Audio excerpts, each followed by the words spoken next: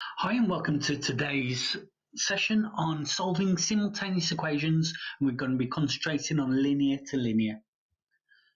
So what we're going to be doing is we're going to be looking at two or more linear equations. In this case we're only going to be looking at two, and we're going to be solving them at the exact same time.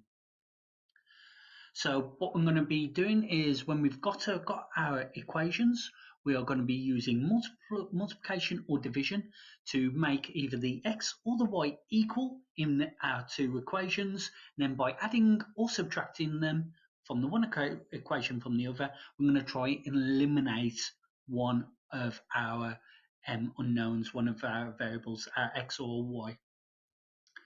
To show that in practice, here we've got x plus 2y equals 6 and 2x plus y equals 6. Now, we're going to number these 1 and 2, just so we can actually make notifications of exactly what we are doing to each one. So my first thing that I'm going to do is I'm going to try and make one of my variables equal in both of my equations. How I'm going to do that is that I'm going to take my first equation and I'm going to double it. I'm going to multiply it by 2. That means I've got 2x plus 4y equals 12. We've got to remember, if we're doubling something within our equation, we have to double everything in our equation on the left-hand side and the right-hand side of our equal sign. But as you can see now, our two x's are equal in our equation, which means we are now going to subtract 1 from 2. So the two x's, they eliminate each other, so we've got a 0.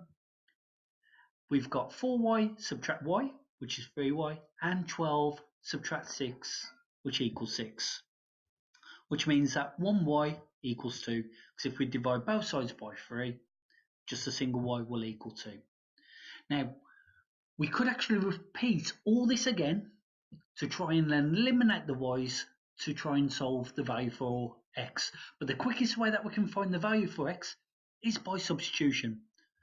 So what I'm going to do, I'm going to pick one of my equations. I've picked my first equation, and I'm going to substitute in my value for y. So I've got x plus 2 times 2 equals 6. My 2 times 2 becomes 4, so I've got x plus 4 equals 6. Then if I take my positive 4 over to the right hand side, I've now got 6 minus 4, which means my single x equals 2. And this is my solution. My solution for this is that my linear equation would cross at the coordinate 2, 2, or when x equals 2, y equals 2. We have also got another method that we could use for solving linear to linear equations, which is the same sort of method that we can use for quadratic equations as well, where we use substitution.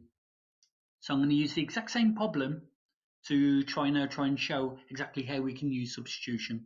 So we should get the exact same answer at the end of x equaling 2, y equaling 2. So I've numbered them again, 1 and 2.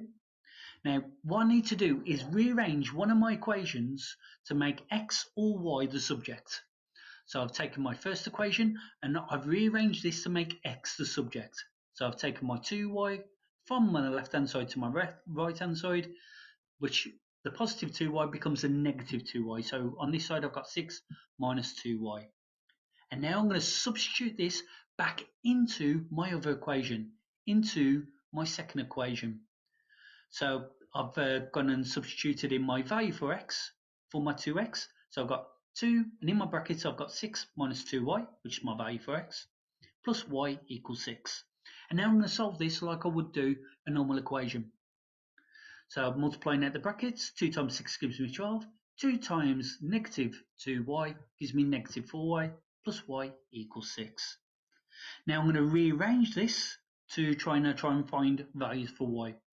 Now I've taken my negative 4y and my positive y over to the right hand side, and I've taken my 6 over to the left hand side. So my positive 6 became negative, and my signs in front of my y's have gone and became the opposites.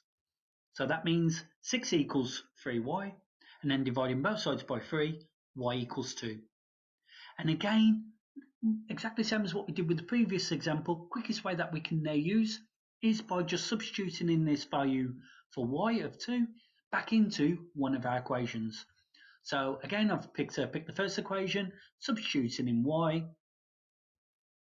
and again we end up with x equaling 2 and y equaling 2, which is our solutions. Now we could also solve these graphically, but to do that we'd have to rearrange our equations, making y the subject. As you probably are aware of, to be able to plot these onto a graph, we need to substitute in values for x to figure out our values for y. So by substituting this, taking from my first equation, positive x from the left hand side to the right hand side, that ends up becoming negative x, and then halving both sides. So I've got half negative x plus 3, because half 6 gives me the 3. For this one, it's a bit more straightforward. Taking my positive 2 from the left hand side to the right hand side, it becomes negative 2x plus 6.